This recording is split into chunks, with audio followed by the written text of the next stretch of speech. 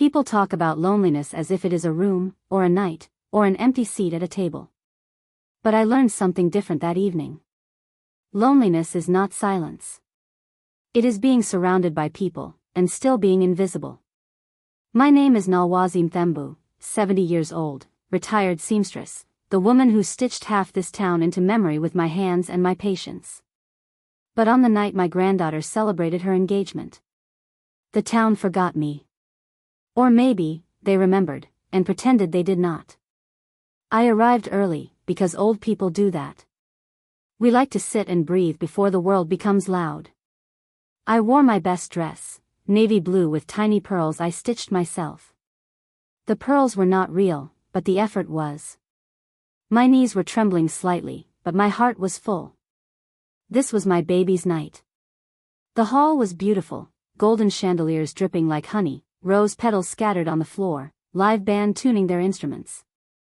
Everywhere, I saw things I had made. The runners, the napkins, the bows tied on each chair. My granddaughter, Lorado, had asked me to sew them months ago. "Madame," she said then, "your hands make everything look elegant." I believed her. But that night, when I approached the front rows, the tables marked family, the event planner stopped me.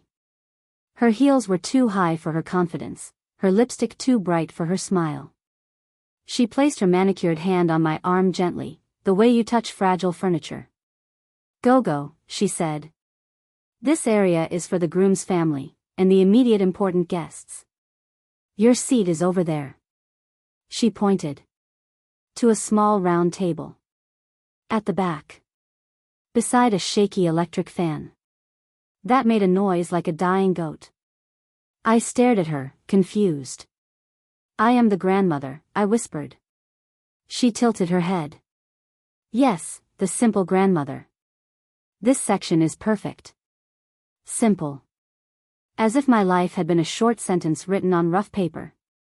As if my sacrifices were scraps of fabric tossed under a table. But I did not argue. Old age teaches you when to speak, and when silence cuts deeper. I walked to the lonely table. Chairs wobbled.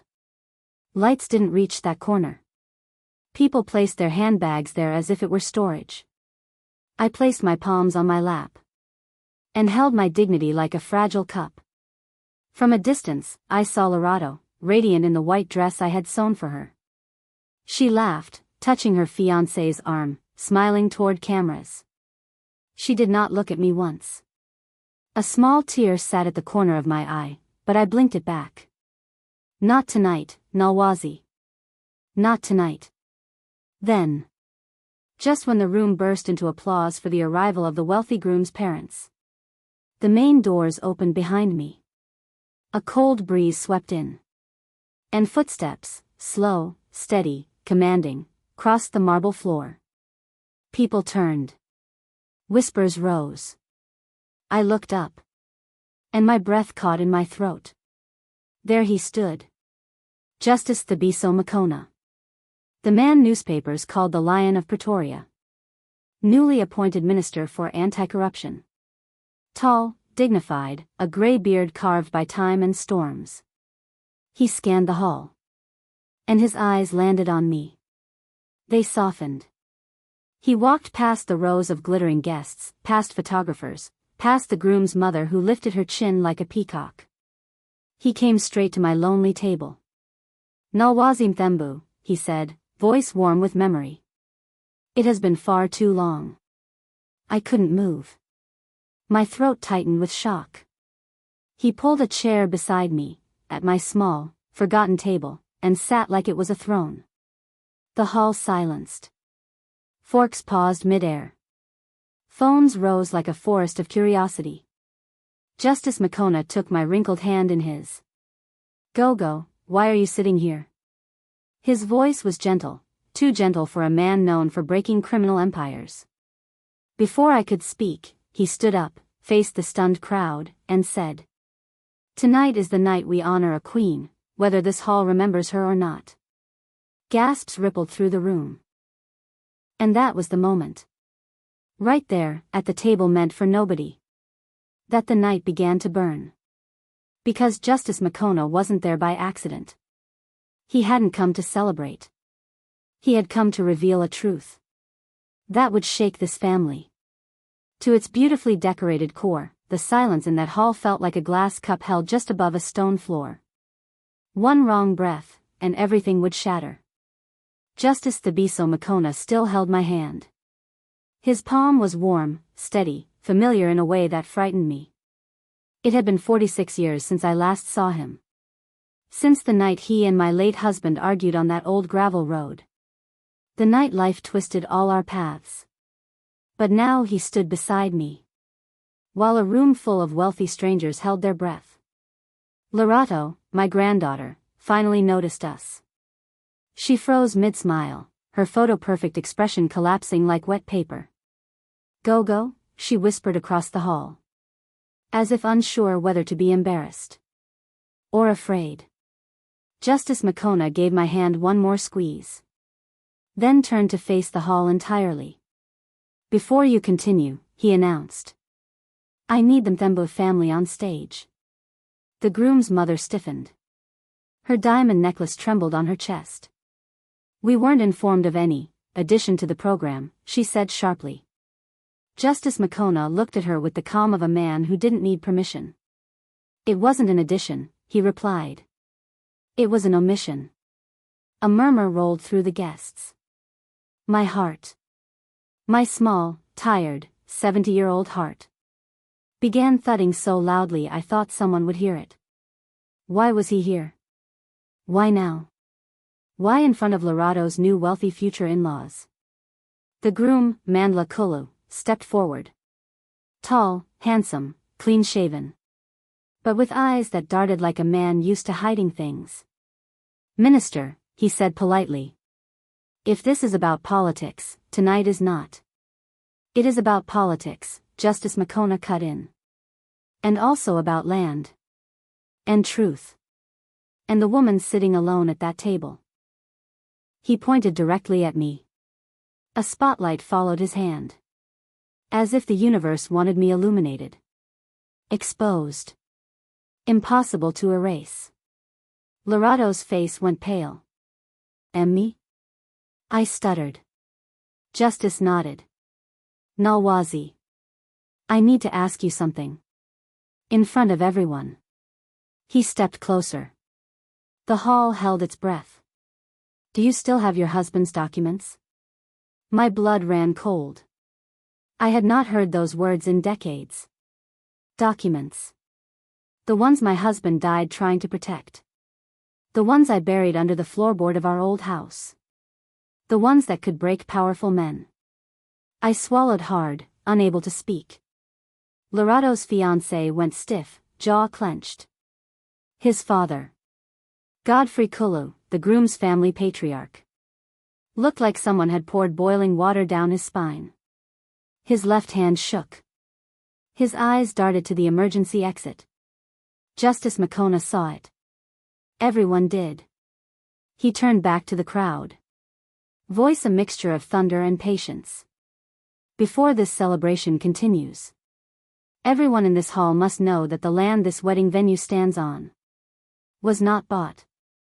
A stunned gasp. "It was stolen." Another gasp. Some stood. Others whispered.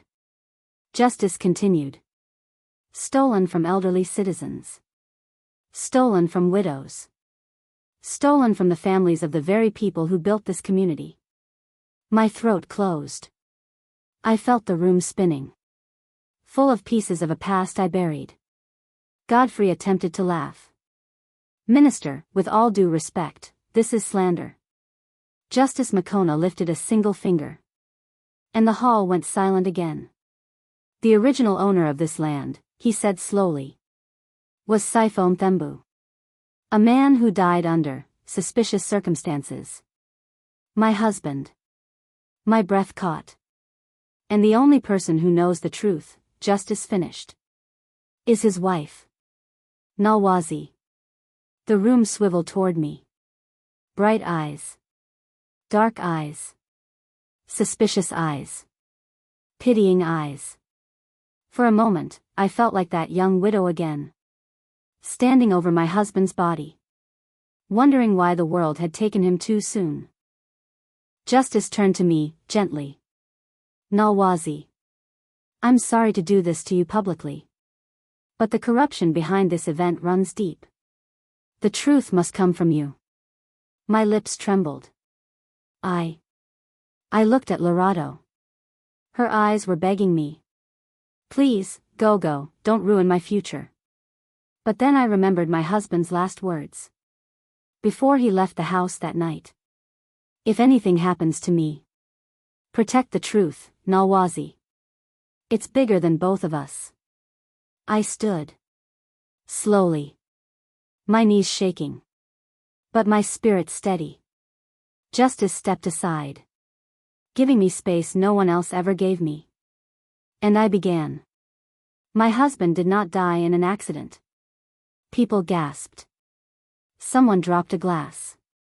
I continued. Voice cracking but loud. He was killed, because he refused to sign over our land to the Kula family. The hall exploded into noise. Even the chandeliers seemed to tremble.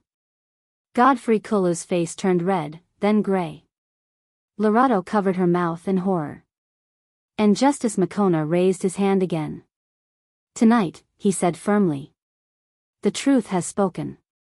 And little did I know. This was only the beginning. Of a night that would change my family forever, the moment the truth left my lips. The hall changed. The lights seemed harsher. The music stopped mid-note. The air thickened like storm clouds gathering inside the walls. For years I had swallowed silence like bitter medicine. But now the truth was out. Raw, trembling, undeniable. The groom's father, Godfrey Kulu, stepped forward, sweat glistening on his temples. This is nonsense, he barked. Who believes the ramblings of an old woman? A murmur of outrage spread across the crowd. Justice Mokoena did not raise his voice. He didn't need to. Kulu, he said calmly. You might disrespect her age. But I don't think you understand what she represents. He reached into the inner pocket of his long coat. And when he pulled out a brown envelope, Godfrey's face drained of all blood. Because he recognized it. I recognized it too. My husband's handwriting. Slanted, careful, firm. The same handwriting I traced with my finger on the nights I missed him most. Justice lifted the papers inside. These, he announced, are copies of Siphon Thembu's land deeds. And the report he tried to file. Just hours before his death. The hall erupted into whispers. Godfrey lunged forward. That land was bought legally. Justice didn't let him finish. Bought, he echoed coldly.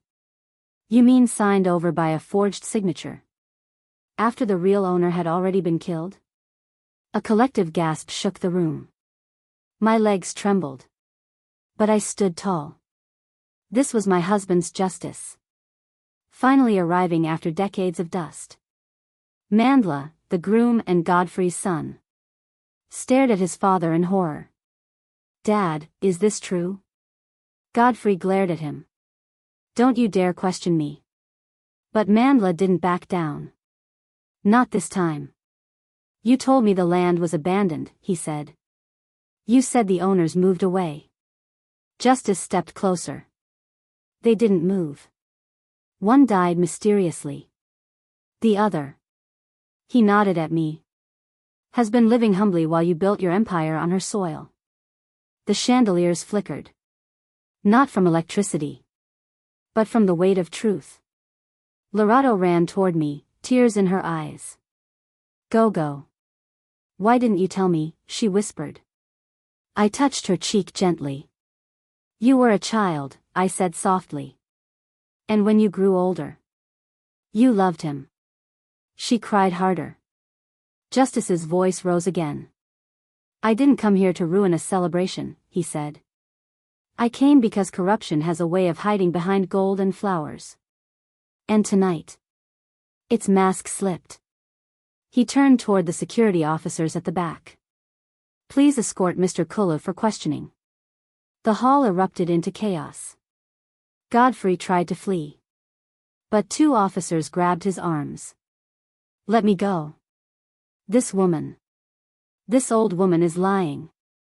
Justice's reply cut through the commotion like a blade. If she is lying, why did you try to bury every document with her husband? His expensive shoes screeched across the marble floor. Lorato collapsed against me, sobbing. Her fiancé Mandla stood frozen, as if his entire world had melted beneath him.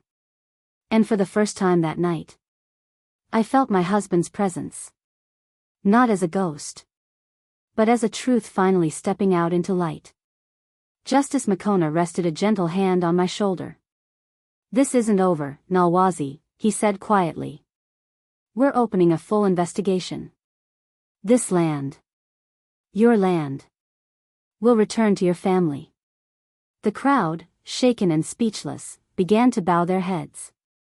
Not in pity, but in respect.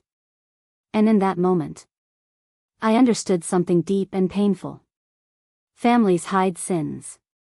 Time hides wounds. But truth waits. Even if it takes a lifetime. When they dragged Godfrey Kulu out of the hall, the room didn't feel victorious. It felt hollow. Like everyone was suddenly afraid of what else the truth might touch. People who had been bragging minutes earlier now sat with eyes wide, lips pressed tight, afraid to be associated with the corruption that had just been exposed under glittering chandeliers. The live band quietly put their instruments down. The waiters froze in place. The groom's mother stood stiff as stone, clutching her pearls with trembling fingers. Lorato, my granddaughter, held onto my arm as if I were the only real thing in that room. Her voice came out as a whisper wrapped in shame. Gogo. I didn't know. I swear I didn't know. I stroked her hair the way I did when she was still a little girl. Who believed my love could fix any nightmare? I know, baby, I told her softly. You only saw the man you loved, not the roots he came from. Justice Mokoena approached Mandla, the groom. He wasn't angry with the young man. I could see pity in his eyes instead. Mandla, he said quietly. You are not your father. But tonight, you must choose the man you want to become. Mandla swallowed hard.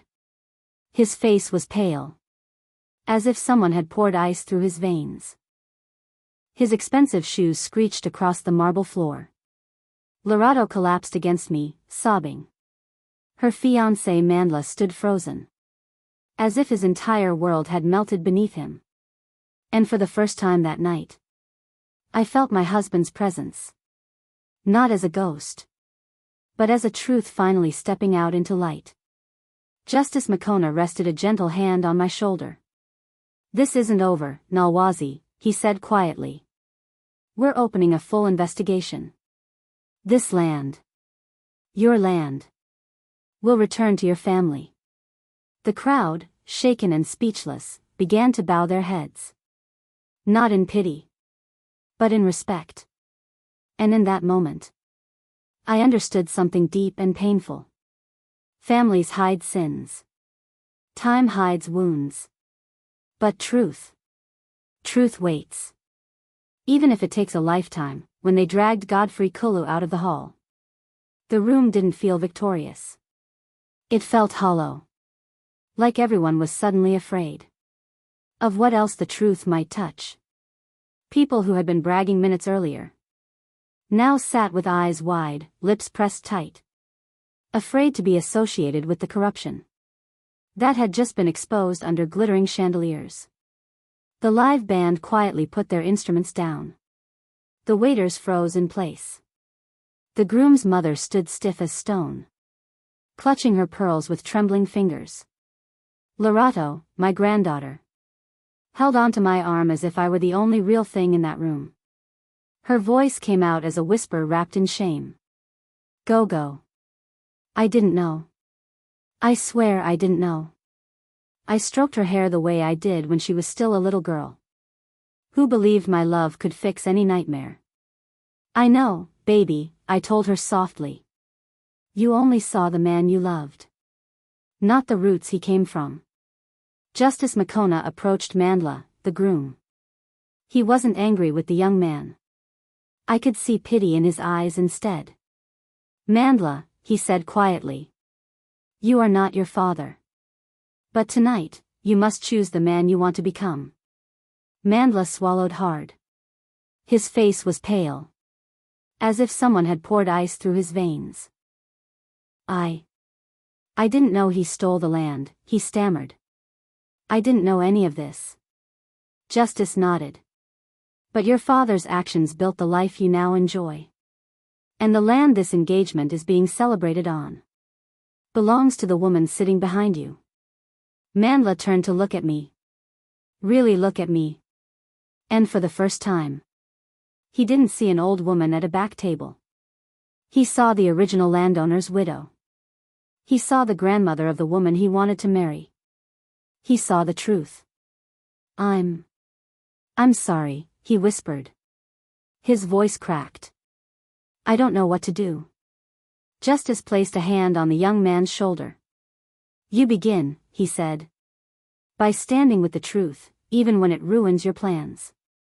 The groom's mother finally snapped out of her shock. This engagement is over, she hissed. We will not be connected to this. She couldn't find a word strong enough. Or perhaps none existed for a truth she wished had stayed buried. Mandla turned slowly to his mother. No, he said firmly. For once, you will not decide for me. She gasped as if slapped. My father has to answer for what he did, Mandla continued. And I will answer for who I choose to be. His voice shook. But his conviction held steady. Lorado looked at him with a mixture of hope and fear. So what does that mean for us? She whispered. Mandla looked between her and me. Torn between love and consequence. It means, he said softly, that if I am to be in your family, I must begin by honoring your grandmother. The hall murmured again. Not with shock this time, but something like respect. Justice cleared his throat. We're not done here, he said. There's still one more thing to be revealed. My breath caught. What else was there? Justice walked to the center of the stage.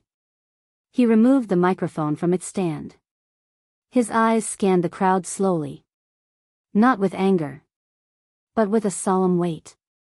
Before Sifo Mthembu died, he began. He entrusted something to me. Something I've carried for decades. Something I didn't reveal. Because I wasn't sure the world was ready. My heart raced. My palms grew cold. Justice looked directly at me. His expression soft. Almost tender. Nolwazi, he said. Sifo wanted you to know the truth of what he uncovered. But he also wanted you to know. He paused. The hall leaned forward as one. That he wasn't alone when he discovered the corruption. A ripple of confusion spread through the hall. Justice's next words dropped like stones into water. He was working with someone else. Someone close to you. Someone who vanished the night he died. My stomach twisted. Who? Justice took a deep breath. That person was me. The room gasped. My legs nearly buckled. Justice stepped toward me. Slowly, gently. Like a man approaching a truth he's feared for half a lifetime. I should have protected him, he said softly. He was my friend. My brother in all but blood. I've spent years trying to make things right. In his name. And in yours. He bowed his head. Tonight. I begin by standing beside you. Not as a minister. Not as a public figure. But as a man who owes you the truth. And then. Before the stunned silence could settle. He said the words that split the night open. I didn't just come here for justice. I came here. For you. The hall gasped. My heart trembled. Because the man standing before me was not just revealing corruption. He was revealing the past. A past I thought time had buried. And everything in me knew. The night was far from over. When Justice Mokoena said those words. I came here, for you. It felt as if every year I had carried alone suddenly pressed against my chest. The chandeliers blurred. The hall faded. Even the whispers dissolved. All I saw was him. The man who once stood beside my husband. Fighting for a township the world wanted to swallow. The man who disappeared the night Sifo died. Leaving only rumors in his shadow. I swallowed hard. My voice came out softer than I intended. Justice, why now? He stepped closer. His eyes, still sharp, still stormy, held years of unsaid guilt. Because, he said, I spent half my life fighting corruption from the outside. Hoping one day I could come back and face the person I failed. He looked directly into my eyes. You. A trembling ran through me. Not fear. But memory. I remembered the nights I waited for answers. Holding a baby Lorado against my chest. Begging the universe to tell me who killed my husband. And I remembered wondering. Why didn't Justice come back? Why didn't he tell me anything? I steadied my breath. You left us, I whispered. You left Sifo to die alone. The hall froze. Justice's face tightened with pain. I didn't leave him, he said quietly. They came for both of us. And I was the only one who escaped. He swallowed, voice growing unsteady. They threatened my family. My mother. My sister. I thought if I ran, I could draw their eyes away from you and Sifo.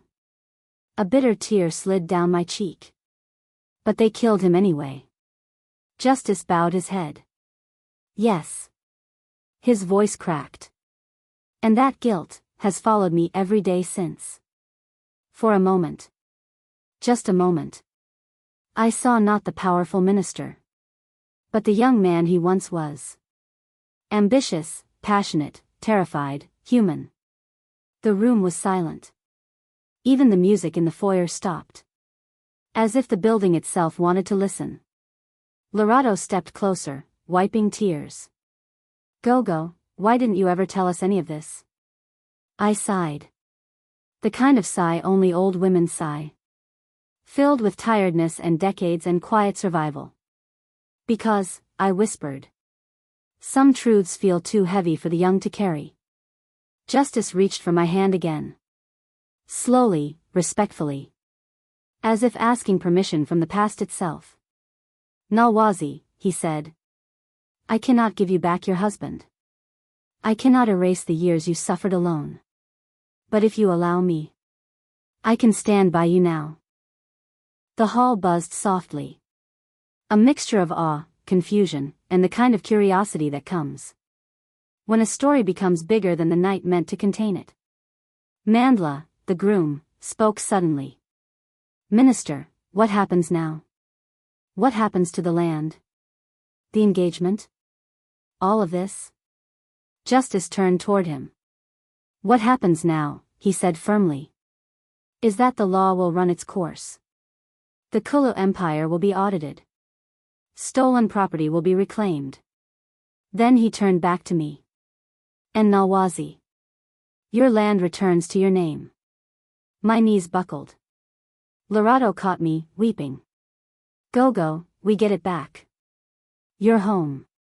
Gogo, you're home. I had waited so long to hear those words. That part of me wondered if I had imagined them. But the weight in Justice's promise was real. He was not a man who dealt in dreams. He dealt in truth.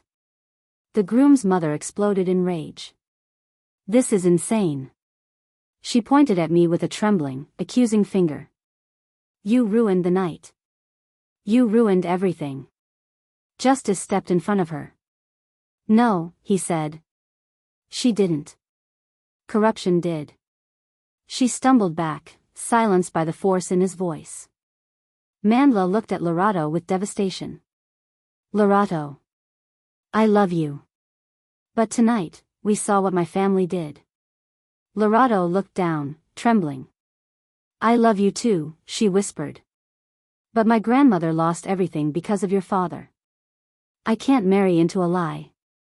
Mandla broke. Quietly, painfully. Right there in front of everyone. He placed the engagement ring in her hand. I'll fix what he broke, he said. And maybe. One day. You'll forgive me. Lerato nodded through tears. Justice helped me sit. My hands shook as I held the chair. The night had begun with humiliation. A lonely table. An old woman pushed aside like forgotten furniture. But it was ending with something else. Truth rising like a sun no one could stop. Justice looked down at me. His voice gentle. Nolwazi. Will you allow me to walk with you now? Not out of guilt. But out of what we both lost. I inhaled sharply. Because deep down. Beneath 60 years of stitching other people's dreams. Beneath widowhood. Beneath loneliness. Beneath silence. I had once loved him too. And that love, buried under grief and responsibility, had never truly died. Before I could answer. Before any final decision could leave my lips. A security officer ran into the hall, panicked. Minister. There's been an incident. You need to come outside immediately. Justice's face grew tense. What incident? The officer swallowed. It's Godfrey Kulu. He tried to escape custody. Anne. He said something about finishing what he started years ago. My blood froze. Justice's eyes widened. This isn't over, he whispered. And the night, which had already cracked open, began burning with new danger the moment the officer spoke. My heart stumbled in my chest. Old fear crawling out of places I had buried for half a lifetime. Godfrey Kulu. Escape. Finishing what he started. My husband's death flashed before my eyes. The broken headlights on the dirt road. The blood soaking his shirt. The way I screamed his name until my voice shattered. Justice grabbed the officer's arm. Where is he now? Outside the west exit, the officer said. He's shouting your name, and hers. Mine. A cold shiver went through my bones. Lerato clutched my hand. Gogo, we should leave, now. But Justice shook his head. No. She's not running this time. He turned to me, voice firm but gentle. Nolwazi. I need you to stay behind me. I won't let anything happen to you. Those words. I had once heard a similar promise from Saifo. And now another man, his friend, stood ready to protect what my husband died defending. We stepped toward the exit. The guests parted for us. Like the hall itself understood the gravity of the moment. Outside, the night was sharp with cold. Streetlights flickered. The parking lot stretched like an empty battlefield. And there he was. Godfrey Kulu. Shirt torn. Hair wild. Wrists still carrying broken pieces of the handcuffs he fought. When he saw me, his eyes filled with a hatred that had fermented for decades. You, he spat. You should have died with your husband. Justice moved instantly. Shielding me with his body.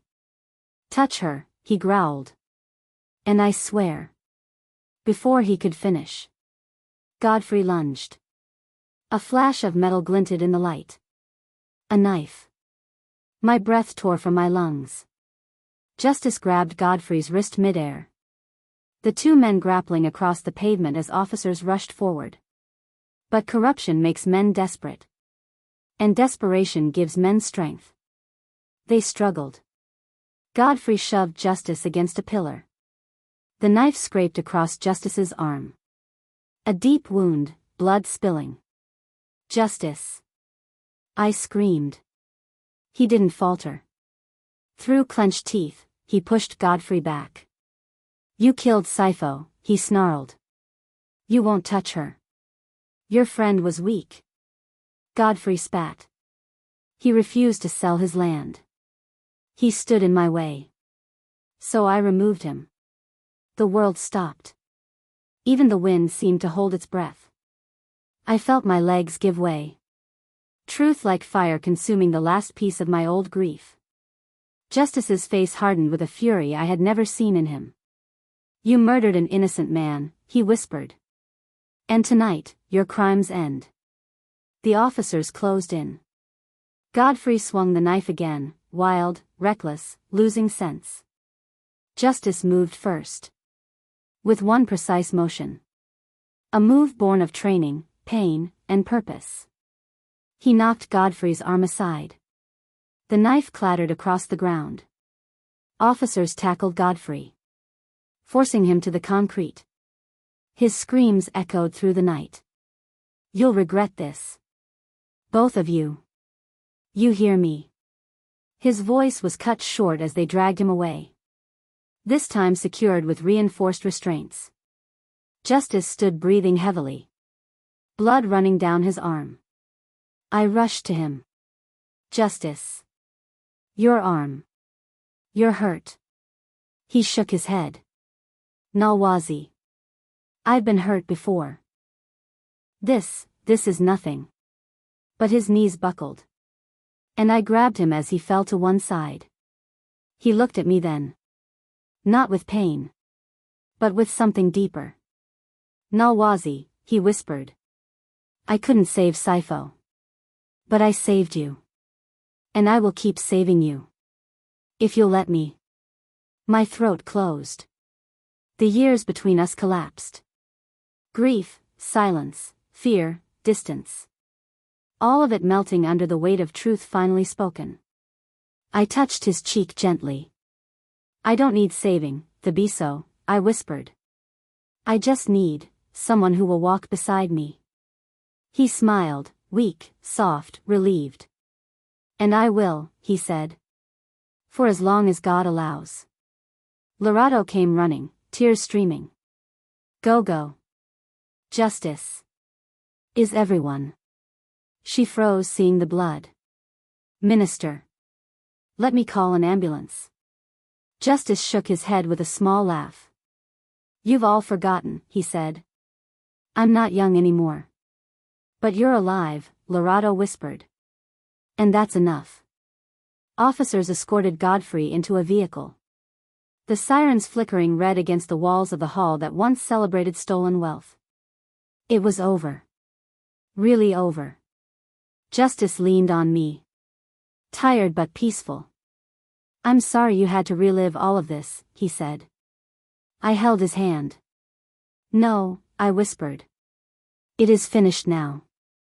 And for the first time in decades. The night did not feel like the enemy. The following weeks changed everything. The land officially returned to my name. Land Sifo died protecting. Justice underwent surgery, recovered quickly, and returned to office. But he visited me often. Sometimes just to sit under the fig tree in my yard. And talk about the days before life became heavy. Mandla cut ties with his father's empire. He used his own savings to support the investigation. And publicly apologized to the township. Lorato found her voice again. Not chasing wealth. But rebuilding what was broken. One quiet evening. Justice stood beside me on my reclaimed land. The sun dipped low. Painting the earth in gold. He took my hand, firm, gentle. Nolwazi, he said. I spent half my life fighting for others. But I want to spend the rest. With you. My heart trembled. Not from youth. But from finally being seen. Finally being chosen. Finally being loved. Without shame. Without shadows. Without fear. Yes, I whispered. He smiled. And the wind carried his next words softly across the field. Then let us start again. Not as survivors of the past, but as partners in whatever time we have left. We stood together. The land beneath our feet returned. The truth restored. The darkness defeated.